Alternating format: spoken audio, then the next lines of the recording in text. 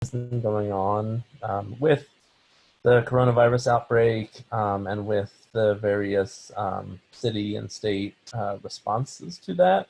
And we'll cover a little bit of that, but um, I'm not going to cover everything. I think Ellen is specifically going to update us on the state budget that recently passed and what it had or didn't have in it. But after I'm done, if anyone wants to add any specific issues, like Alec talked about, and Jess, talked about how abortions and abortion care have been hard to get and things like that, they're welcome to add on. So let me pull up my notes. Okay, so not campaign political updates, but one thing, if people didn't see, we just wanted to announce that our own elections, our executive committee elections for South Central Brooklyn United for Progress, have been postponed. For right now, we're saying until we're allowed to meet in person, but we also understand that that may not happen before the end of the year is out. We don't think it would be right to basically keep all the current members and not give the chance for turnover until that time. So that's our current policy, but we're going to basically look into it come September. And if come September it still doesn't look like we might be able to have a in-person social gathering, then we will use some form of electronic vote system to vote in a new executive committee. I also wanted to talk about, yes, not indefinitely. We will definitely have executive committee elections before the end of this year. So I also want to have maybe a brief moment of silence for Ben Schaefer, who recently passed away as a victim of the coronavirus. He was an MTA subway conductor. He was very politically and civically active, coming to, I've seen him at all sorts of political club meetings in the area, and he would also usually often come to community board meetings or to the community police update meetings. And so he unfortunately, due to coronavirus, recently passed away. So let's have a moment of silence for him.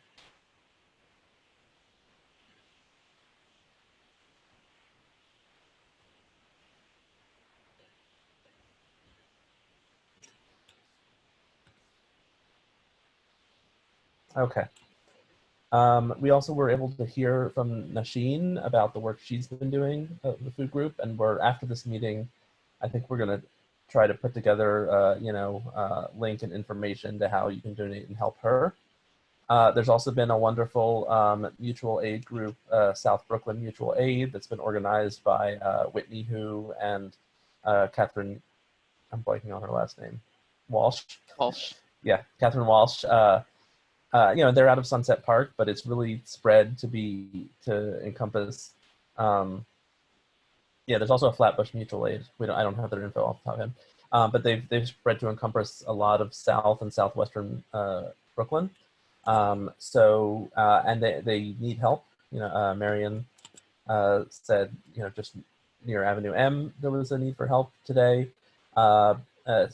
They also really could use anyone who has maybe a car to deliver groceries, because a lot of members are, in Bensonhurst and Gravesend and Sheepshead Bay, and for various reasons can't get out of their homes.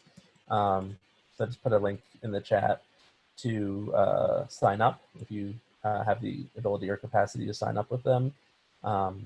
They could definitely use your help. People have mentioned it, so I'll just, we helped co-sponsor a town hall on health justice in the New York Health Act in the age of COVID-19 yesterday. I don't know if there's anything more to say about it that Ellen or Allison or anyone else want to add about how that went. All right. Okay. I mean, it went very well, and it was very useful, like hearing how our health system is weathering the current crisis, and how it it could be better if we had the New York Health Act. And I think that's a good lead into talking about our state budget, which was recently passed within the last month, and what its effects will be on the state for the next year. So Ellen, you want to... Yeah. So this turns out to be a pretty complicated situation. So I'll try and be quick, but just cut me off if I'm going too long. The state budget this year it's not just a list of, categories with dollar amounts attached to them. There were 4 different bills, and each bill covered, a whole bunch of things. And as Assemblyman Carroll told us, I think it was years ago, it felt like years ago, but it was just a couple months. There are also a lot of policy measures that get put into the budget, which is not really a great idea. So for example, there was a bill were measures on gestational surrogacy and restrictions on e-cigarettes, and kind of anti-progressive measures like bail reform rollback and higher thresholds for third parties to qualify for a ballot line. So that was an attack on the Working Family Party in particular. There were also positive measures that came out of it in the areas of the environment, and there was a cap put on for out-of-pocket spending on insulin for any one individual of a maximum of $100 a month. So that was definitely a positive thing, even though $100 a month could be a lot for some people. What I also learned in looking at this is kind of how rigged the state budget process is. So the governor basically makes all the proposals, and the legislature just has limited power to respond. So the legislature managed to temper some of Cuomo's worst cuts, but the outcome is still pretty draconian. So remember, the state, going into this, the state had a $6.5 billion deficit, and that was before the pandemic. So Cuomo had already intended to make cuts to Medicaid to balance the budget. Now they're projecting something like $243 billion in damage to the economy. So what came out in the budget was, in fact, a $2.5 billion a year cut to the Medicaid program that, Cuomo was going in proposing that. Turned out that if he made those cuts immediately, the state would not be able to get emergency federal aid for Medicaid. That was a $6.7 billion. So at first he was just going to reject that money, but eventually he came up with a great plan, and he just put the cuts off till later, so he could have his federal money and eat his cuts as well. So these cuts to Medicaid and included $400 million in reduced payments to hospitals, which also included $3.8 million just in Brooklyn, our hospitals like Downstate and I don't know which other ones, but also long-term benefits. They made qualifying for benefits where you could get a caretaker to help you stay in your home. That was made harder, so that it's going to lead to increased nursing home placements. And in general, there's a massive shift of Medicaid costs to the state's county governments. And for education, the funding was kept level which is essentially a cut because the cost of schooling rises every year, and also because the state actually owes the public schools millions of dollars from the lawsuit a number of years ago that argued about a constitutionally not a decent education. There are also cuts to higher education and especially community colleges. So of course, Cuomo totally rejected any of the proposals for raising funds, like increasing taxes on income, right? Not on holdings, but just on income over $1 million. So even in this emergency, he was not going to look at any of that.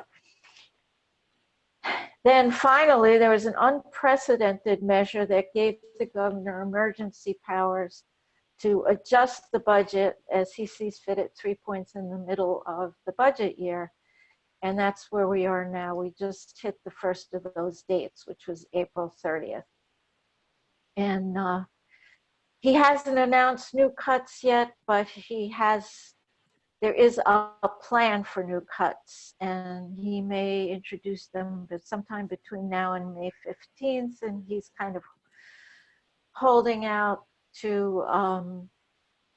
for federal aid, kind of blackmailing I don't know if it's blackmailing, but trying to get the federal government to provide aid. And if he proposes additional cuts, then the legislators have 10 days to act on that, to respond to that. And these cuts that he has in the wings includes $8.2 billion in aid to localities, which would be $10.1 billion in addition to what he cut in the original budget, and 10% cut to state agencies. And this aid to localities is everything from public school budgets, CUNY, SUNY, Medicaid, mass transit, social services like foster care and substance abuse, and even services that are fighting the pandemic, like nurses and EMTs. And he's threatening a 20% cut to state education funding. And as we know, the city is also threatening cuts to public school funding and additional cuts to Medicaid on top of what he already has done. So I just want to mention two more things. So all these cuts come on top of previous reductions in local aid, including underfunding and closing of hospitals over the years. So, that's why one of the reasons why we're in such a bad shape, such bad shape to deal with the pandemic. Cuomo also puts artificial caps on spending growth, such as a cap that keeps counties from raising property taxes to increase funds for public schools. Also, as I mentioned, once Cuomo announces the cuts, the legislature has 10 days to respond, but they're not in session. They're officially adjourned until Assembly Speaker Carl Hastie and Senate Majority Leader Andrea Stewart Cousins calls them back into session.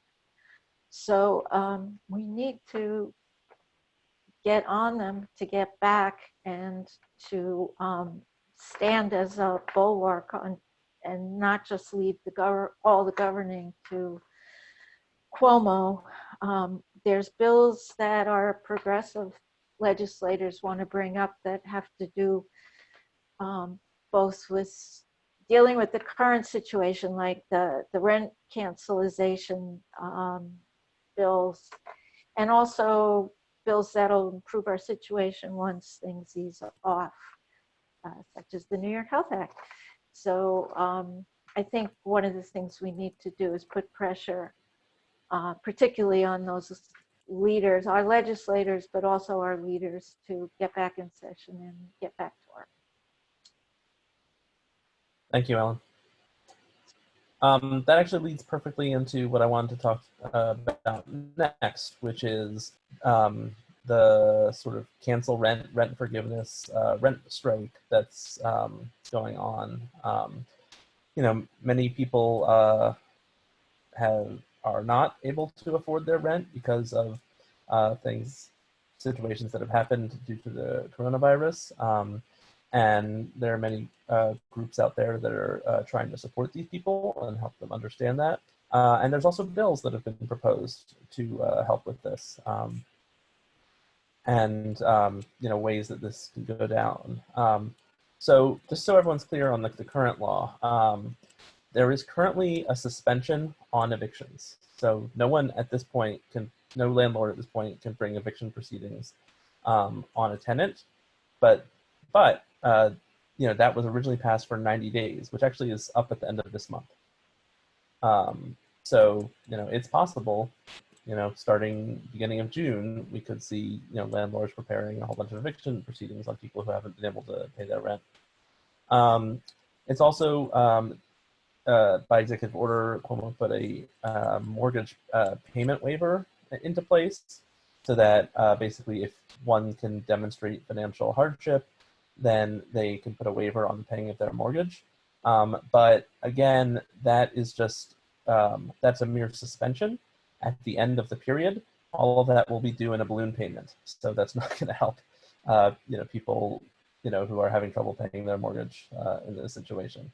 So as I said, there are some legislators are working on this and trying to put forth bills that would help people who can't pay their rent and can't pay their mortgage. And so this is something you absolutely should contact your local representatives about.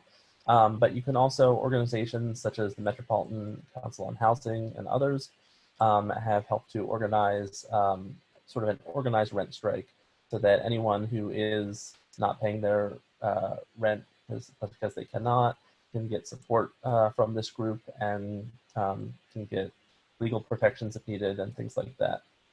So I'm going to paste a link to the article in there in the chat so people can see it. And if they want more information, definitely look to the Metropolitan Council on Housing because they've been very helpful on this.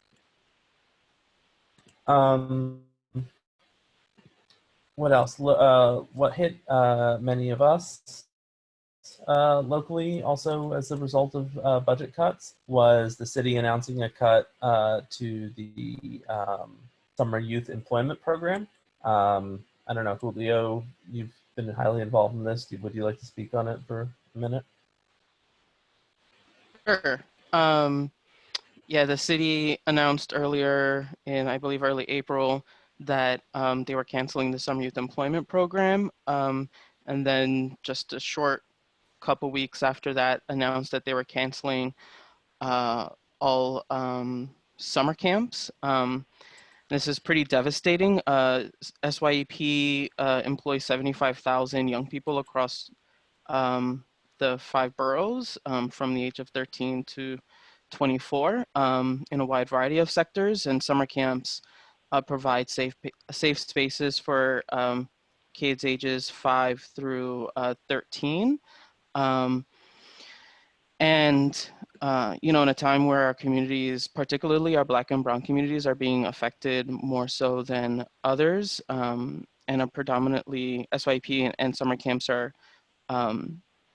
in communities, are used in communities that are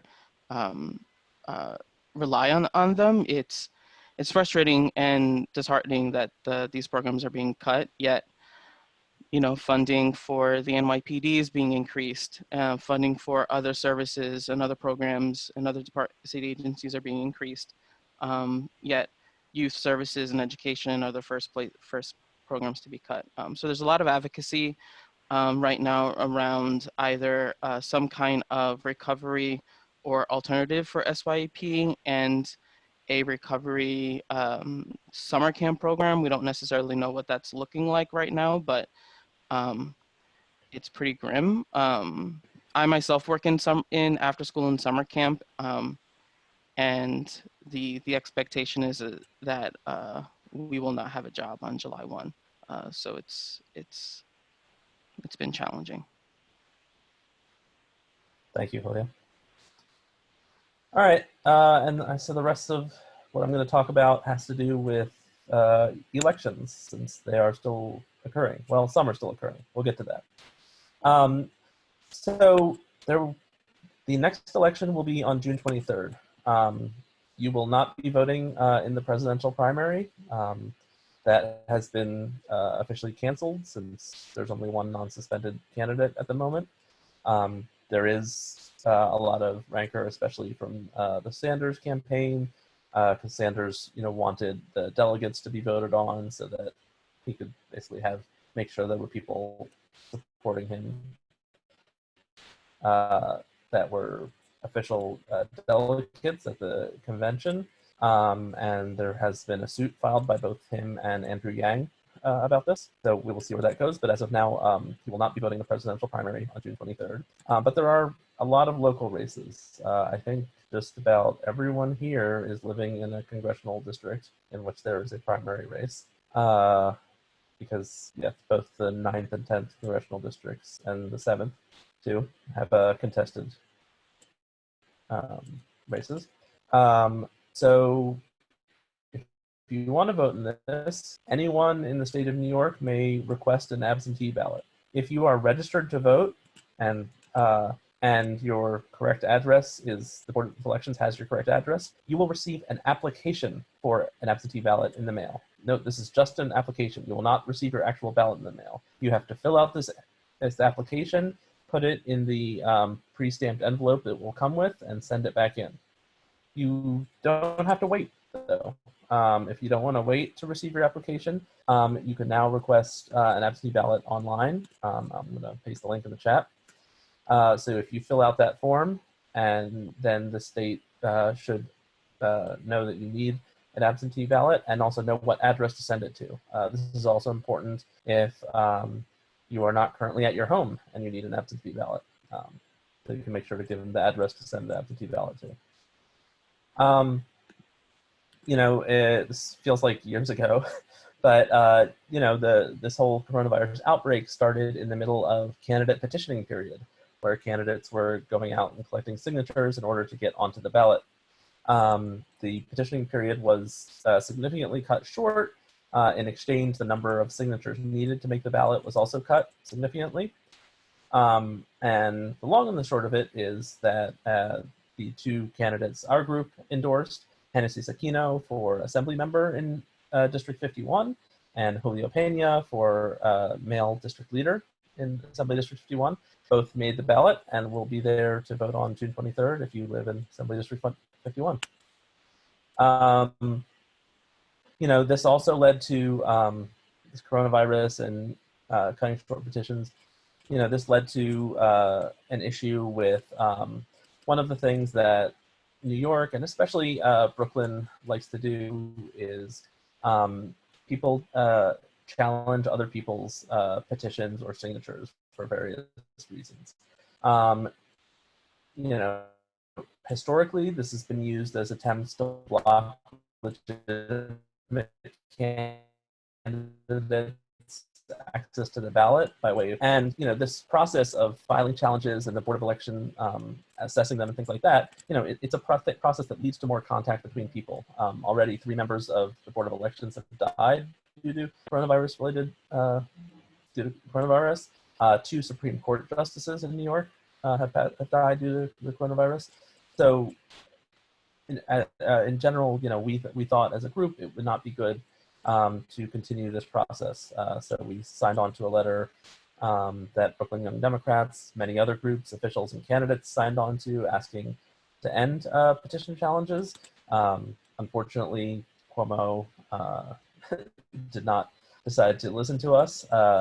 So they did take place. And as predicted, many candidates were knocked off the ballot for what were generally just technicalities. Some you can argue whether these technicalities are good or bad, but in general, no fraud or outright bad things were found as the reason to kick anyone off.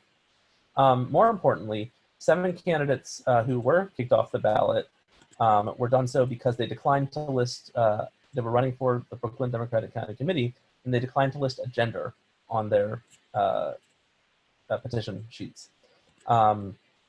There is currently a requirement to list male or female as a gender when running for county committee or state committee/district leader. And this excludes or endangers non-binary, gender fluid, genderqueer, and transgender individuals. So 6 of these individuals, these candidates who were knocked off the ballot, brought suit against the Kings County Democratic Party. The judge, the case has already been heard, and the judge dismissed the case on procedural grounds, basically saying that it was too late in the process to get these people, to say that these people needed to be on the ballot and for the county to figure out, how they would do that. But he was very sympathetic to their issues raised, and specifically put the Brooklyn Democratic Party on notice by encouraging the plaintiffs to refile this lawsuit if nothing was done basically by the party's next meeting, which would be in September. So we as a group also signed on to a letter in support of them that New Kings Democrats and Lambda Independent Democrats of Brooklyn all joined in on. Yeah, so I guess that's it for my political update. One thing to note, I think we can officially announce this now.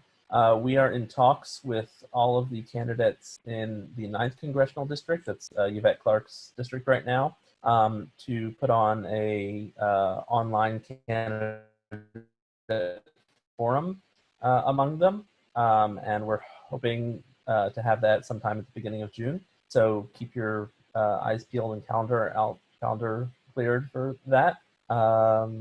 Yeah, that's all I have. And so if anyone has anything, there's many other things going on, obviously, that I didn't mention. If anything is anything else they want to say or bring up, please feel free. If you'd like a little bit of a transit update on the budget and sort of the status of the MTA, I could do that if you all are interested. Great. So as you know, the MTA has about a ton of its ridership is not happening now. It's really only essential workers should be riding. Ridership is down by about 90%. This means that the MTA is facing a budgetary shortfall because about half their revenues comes from ridership.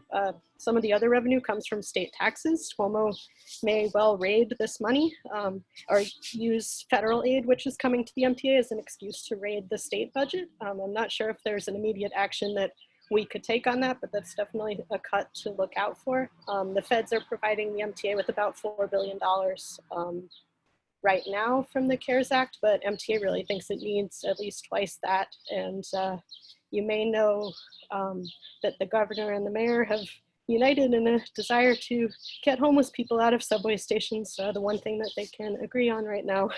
And they're going to be closing subway stations overnight from 1 to 5 and disinfecting trains. And I personally wouldn't say that this is necessarily the best use of funds or resources, but this is something else to watch. Supposedly when the pandemic is over, we'll be having a return to 24-hour service, but that's all sort of nebulous because of the executive powers that the governor has right now, which Ellen mentioned. So spare some good thoughts for your local transit agency.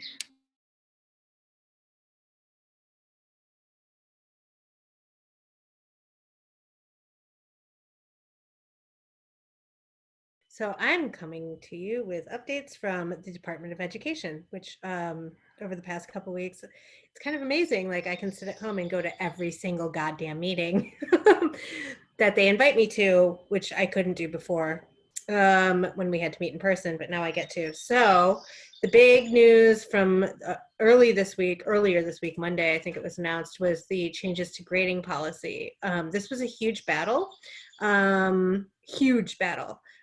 There's a group, and I don't know what the acronym stands for exactly, and I can make something up, called PLACE. It's Parent Leaders for Academically jerks. For basically, it's like the most privileged, high achieving group of parents that, you know, it's like the people who fight for the SHISHAT, the people who fight for gifted and talented. They use the term equity to mean like you should be fair to the most privileged human beings in the public education system. So they made a big stink because they want their kids to get grades.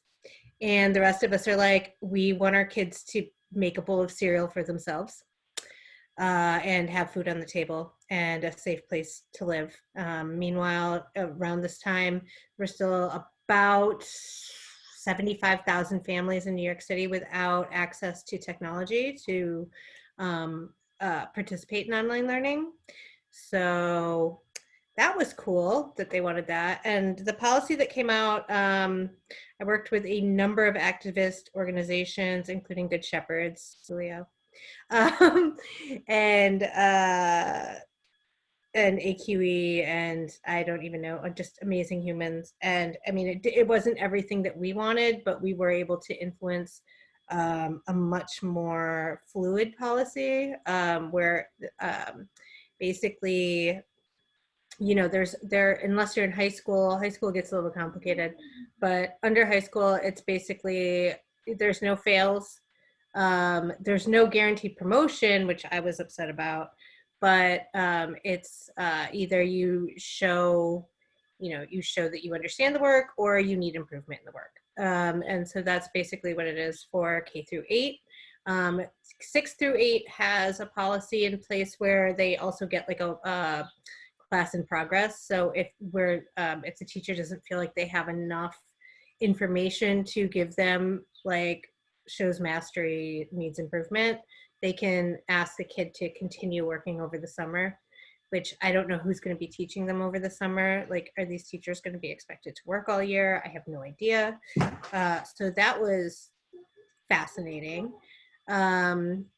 I read a tweet from the chancellor saying that everybody who requested a device by April 23rd has now received a device. And the DOE has given out 267,000 learning devices. What do you call them? iPads and things.